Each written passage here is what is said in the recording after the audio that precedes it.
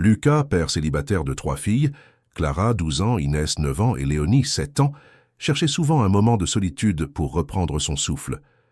Depuis le décès brutal de leur mère, ils jonglaient entre travail, devoirs, crises nocturnes et 1000 inquiétudes, sans jamais vraiment penser à lui. Ce week-end, les filles étaient chez leur tante, ravies de profiter d'un peu d'attention féminine. Pour la première fois depuis longtemps, Lucas se retrouvait seul, et la nature lui semblait être le seul endroit où il pouvait enfin relâcher la pression. La balade jusqu'à la cascade lui avait été recommandée par un collègue, mais lorsqu'il arriva au pied de la chute d'eau, une sensation étrange l'envahit. Le bruit ne sonnait pas tout à fait comme prévu.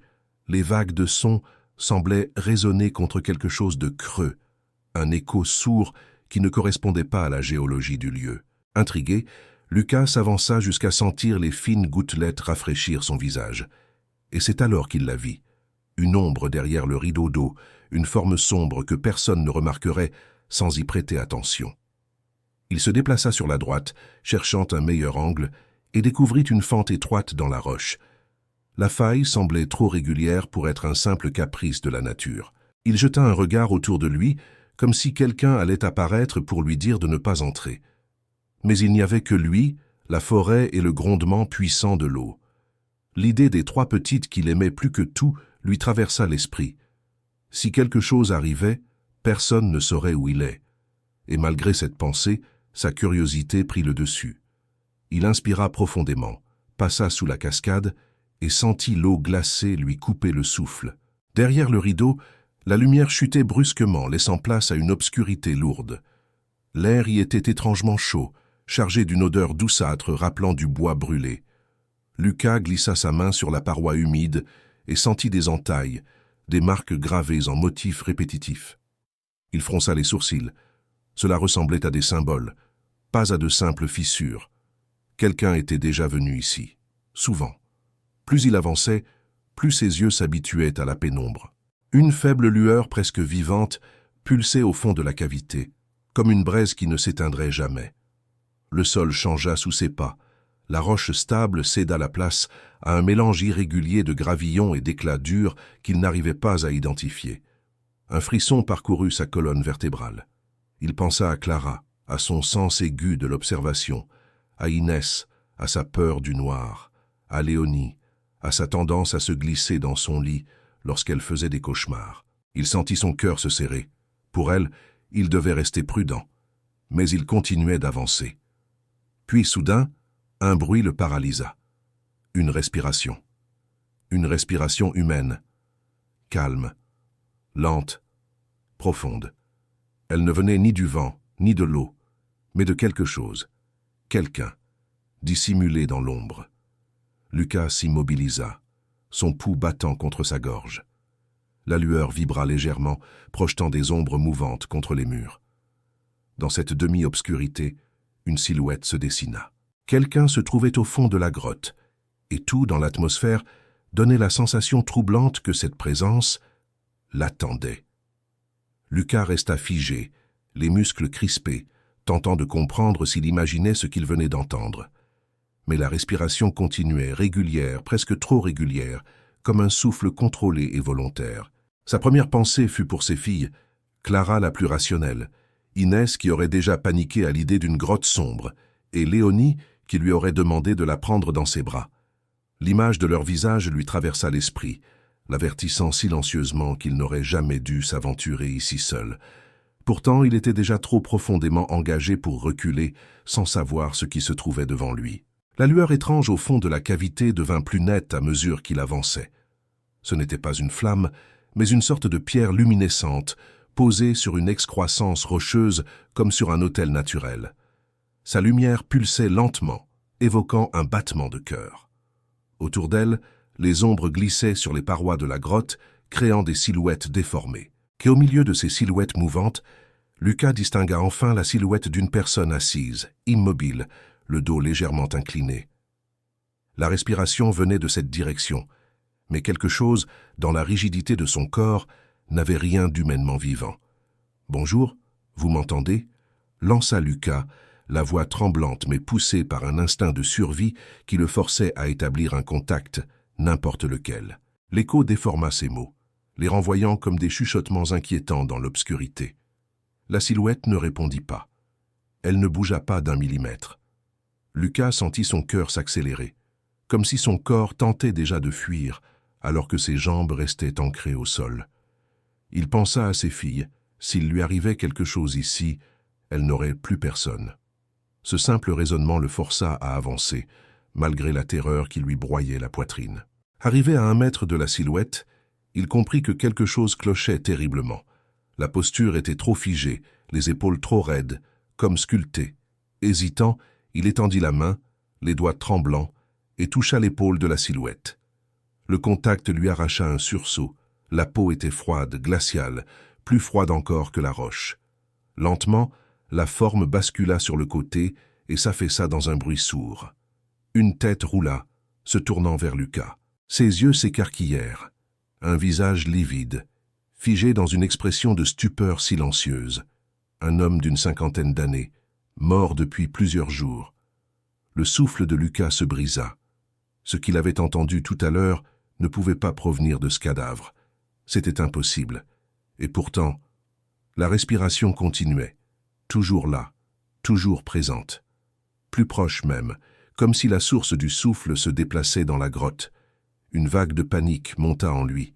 Il recula d'un pas puis d'un autre, ses yeux fouillant la pénombre à la recherche d'un mouvement, d'une silhouette, d'un éclat de lumière. Rien. Rien que cette respiration, chaude et lourde, qui semblait se densifier dans l'air autour de lui. Et soudain, il sentit quelque chose derrière lui. Une présence. Une masse. Un souffle qui effleura la peau de sa nuque, chaud, trop chaud pour appartenir à un être humain. Lucas se figea, incapable de faire un geste. La respiration était juste là, tout contre lui, comme si quelque chose de grand se penchait lentement vers son oreille. Il n'osa pas se retourner, paralysé par une terreur viscérale qu'il n'avait jamais connue. Puis, dans un murmure guttural, presque déformé, une voix chuchota.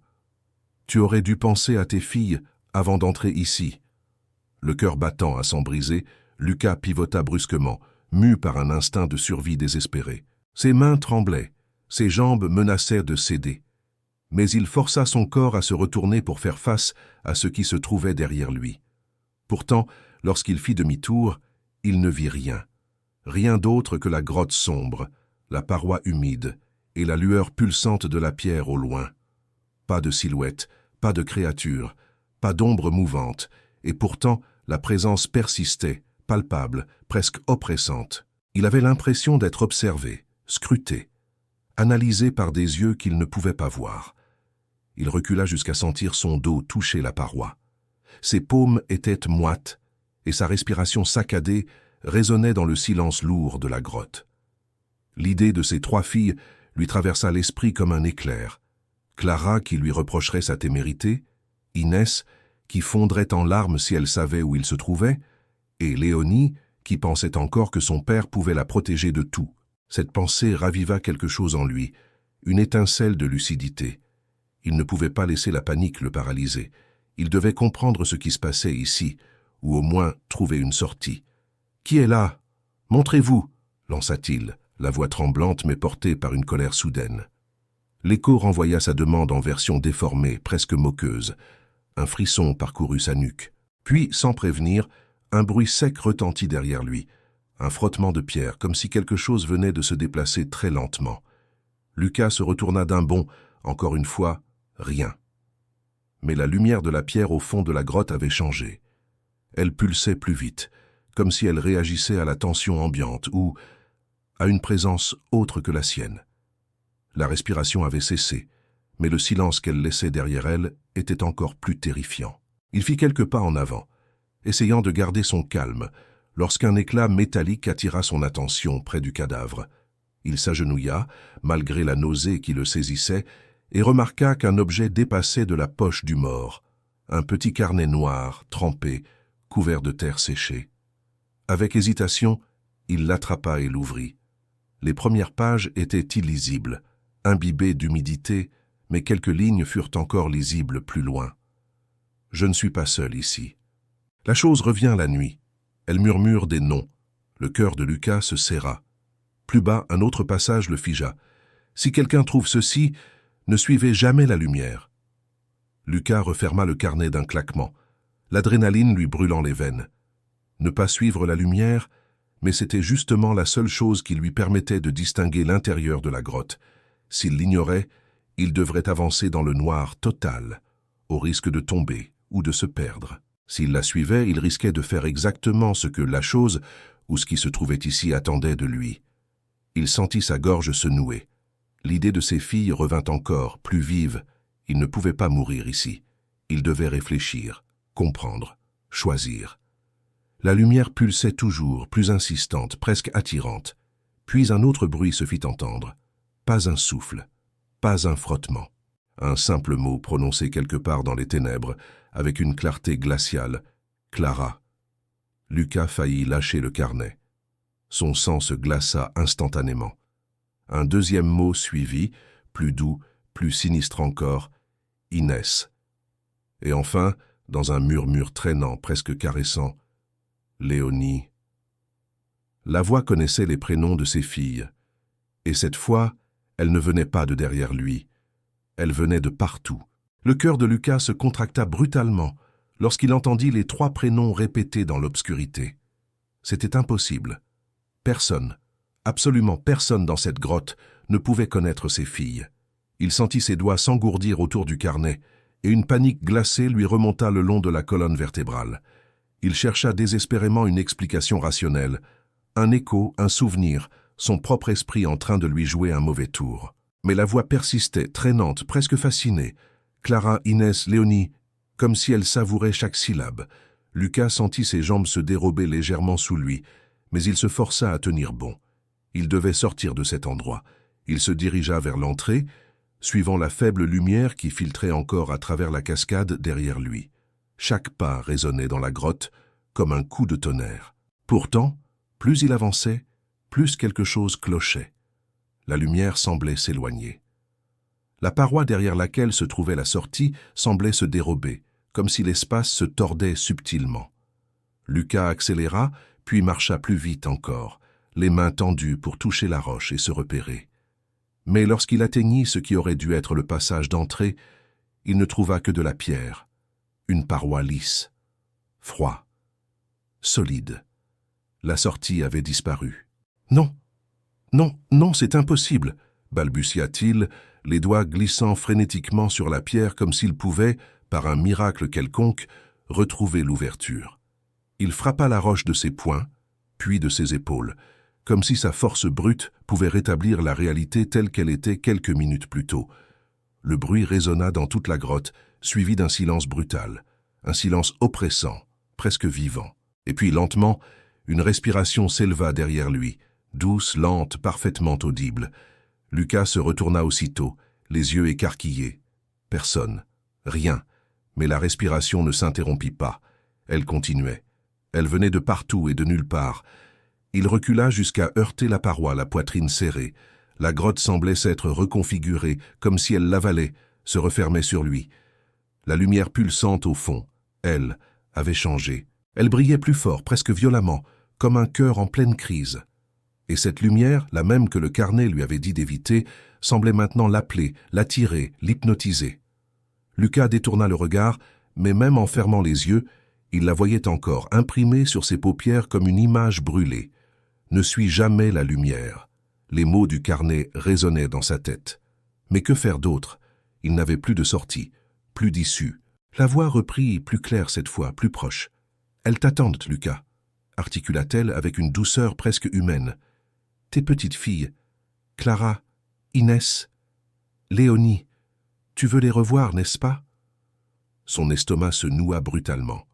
Comment cette chose pouvait-elle savoir quoi dire pour toucher le point le plus vulnérable de son âme? Sa gorge se serra. Il voulut répondre, mais aucun son ne sortit. La lumière pulsa une nouvelle fois, plus lentement, comme si elle imitait sa respiration. L'air de la grotte devint lourd, presque suffocant, et une impression sourde se glissa dans son esprit. S'il restait immobile, cette présence allait finir par le toucher. Alors il prit une décision, pas la meilleure, mais la seule qui lui semblait possible. Il s'écarta de la paroi et se tourna vers la profondeur de la grotte, vers la lueur interdite. Chaque fibre de son corps hurlait de fuir, mais il n'y avait nulle part où courir. « Si je dois mourir ici, » murmura-t-il entre ses dents serrées, « je veux au moins comprendre ce que vous êtes. » À sa grande surprise, la respiration cessa. La grotte entière sembla retenir son souffle. Puis, dans un silence absolu, la voix répondit, soudain proche, si proche, qu'il crut sentir une présence frôler son oreille. « Enfin, viens. » Lucas avança, la gorge serrée, vers la lumière qui battait au fond de la cavité. Chaque pas semblait s'enfoncer dans un sol de plus en plus instable, presque spongieux. Il dut s'arrêter un instant pour reprendre son souffle, son cœur cognant violemment dans sa poitrine. Il pensa à Clara, son sens des responsabilités qui l'obligeait toujours à surveiller ses sœurs, à Inès, sa douceur fragile qui masquait une sensibilité profonde, et à Léonie, sa petite dernière, qui avait encore cette façon de s'accrocher à sa jambe quand elle avait peur. « Je dois sortir d'ici pour elle, » pensa-t-il. « Je dois vivre. » Cette pensée le poussa à continuer malgré l'horreur qui éructait dans le noir. À mesure qu'il approchait de la pierre lumineuse, quelque chose changeait autour de lui. L'air vibrait comme traversé par une énergie électrique. Des murmures flottaient, indistincts, provenant de fissures invisibles dans la roche. Ils ressemblaient presque à des voix d'enfants, mais déformées, comme si elles étaient noyées sous l'eau. Lucas sentit un frisson lui remonter le long des bras. « C'est faux. Ce n'est pas elle, » murmura-t-il, tentant de se convaincre que la grotte exploitait sa peur la plus profonde. Mais les murmures insistèrent, répétant certains mots qu'il reconnaissait vaguement, comme des fragments de phrases prononcées autrefois par ses filles. La pierre se tenait maintenant juste devant lui, posée sur une colonne de roche comme sur un autel. De près, elle n'avait rien de naturel. Sa surface vibrait, s'illumant en pulsations lentes, comme un organe vivant. Lucas tendit la main non pas pour la toucher, mais pour vérifier si la chaleur qu'il percevait venait d'elle ou de son imagination. Mais avant que ses doigts n'atteignent la pierre, la lumière explosa dans une pulsation violente, projetant une vague d'air brûlant dans toute la grotte. Lucas recula brusquement, aveuglé, une main sur les yeux. Et c'est alors qu'il l'entendit. Un pas, puis un deuxième, juste derrière lui.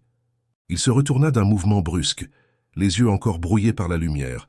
Là, dans l'obscurité, quelque chose se détachait de la paroi. Une silhouette, haute, étroite, disproportionnée. Elle semblait se tordre, ses membres se réarrangeant comme s'ils n'étaient pas faits pour un corps humain. Les murmures se turent, remplacés par un silence oppressant. La silhouette fit un pas de plus, et la lumière de la pierre éclaira brièvement une partie de son visage, ou du moins ce qui ressemblait à un visage. Lucas sentit un souffle glacé lui traverser la poitrine. Ce n'était ni un animal, ni un homme. C'était autre chose.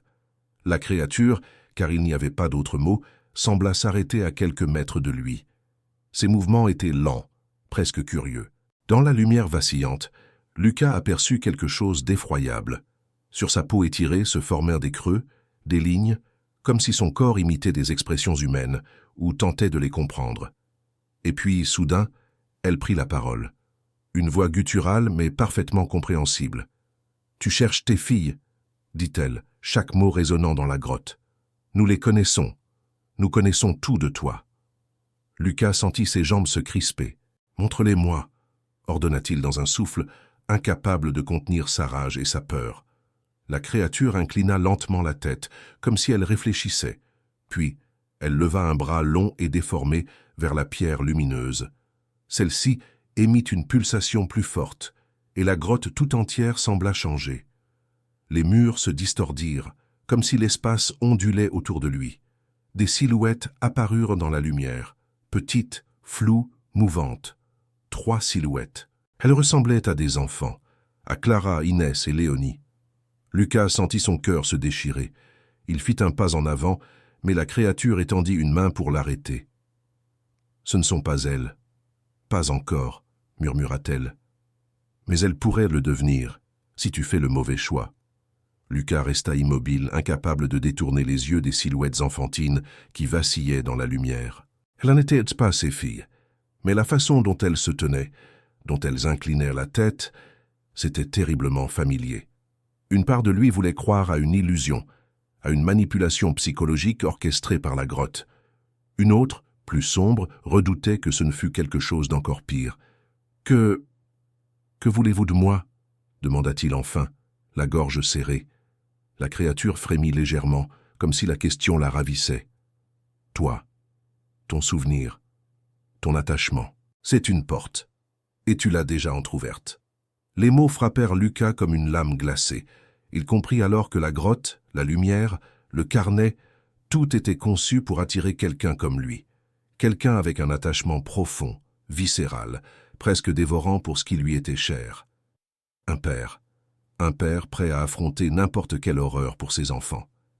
Il recula d'un pas, refusant de laisser ses émotions alimenter quoi que ce soit dans cet endroit. « Vous n'aurez rien de moi » gronda-t-il. Mais la créature inclina la tête et son visage tordu sembla se déformer en une imitation grotesque d'un sourire. « C'est déjà fait. Tu es venu. Tu as regardé. » La pierre lumineuse se mit soudain à vibrer plus rapidement, émettant un grondement sourd qui fit trembler le sol. Les silhouettes floues devinrent plus nettes, comme si elles se rapprochaient ou prenaient forme à partir de la lumière elle-même. Lucas sentit une envie panique de se jeter en avant, de protéger ce qui ressemblait à ses filles, même s'il savait que ce n'était pas possible. La créature posa alors sa main déformée contre la pierre, et un craquement retentit dans toute la grotte. Une fissure apparut s'élargissant lentement. Derrière, un vide noir, mouvant, profond, trop vaste pour appartenir au monde réel. Là où elles sont, tu ne peux pas aller. La voix de la créature se fit plus grave, presque solennelle.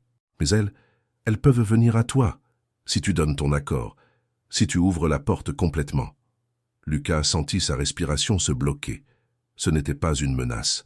C'était une proposition, un pacte, un piège parfait. Il pensa à Clara qui lisait des histoires le soir pour calmer ses sœurs, à Inès qui dessinait la pluie parce qu'elle disait qu'elle en aimait le bruit, à Léonie qui riait encore dans son sommeil. Il ne laisserait jamais quelque chose les imiter, les voler, les déformer. Non, le mot sortit de sa bouche sans hésitation, brutal, définitif. La créature se figea comme surprise par la fermeté de sa réponse, puis elle recula doucement sa main de la pierre. La lumière s'assombrit, les silhouettes tremblèrent, puis se dissipèrent comme de la fumée. Le vide derrière la fissure se referma lentement, dans un bruit de roches broyées. Lucas retint son souffle, s'attendant à une attaque, une réaction violente. Mais il n'y eut qu'un silence profond, presque respectueux. Enfin, la créature parla à nouveau. « Alors tu resteras toi-même, et elles resteront ce qu'elles sont. Un temps. Va-t'en. Tu n'es plus utile ici. » La grotte vibra une dernière fois, et l'espace sembla se replier autour de lui. La lumière s'éteignit d'un coup, plongeant Lucas dans l'obscurité totale. Puis, comme si une paroi invisible venait de céder, l'air frais de la cascade envahit soudain la cavité. La sortie était réapparue. Sans réfléchir, Lucas s'élança, trébuchant, respirant à plein poumon. Lorsqu'il franchit la brèche et se retrouva de nouveau à l'air libre, le grondement de l'eau lui parut presque irréel. Il recula jusqu'à sentir l'herbe sous ses mains, tremblant. La grotte ne bougeait plus. Pas un son ne s'en échappait. Tout semblait normal. Mais Lucas savait que quelque chose, là-dedans, connaissait désormais ses filles. Et il ignorait combien de temps cette chose resterait patiente.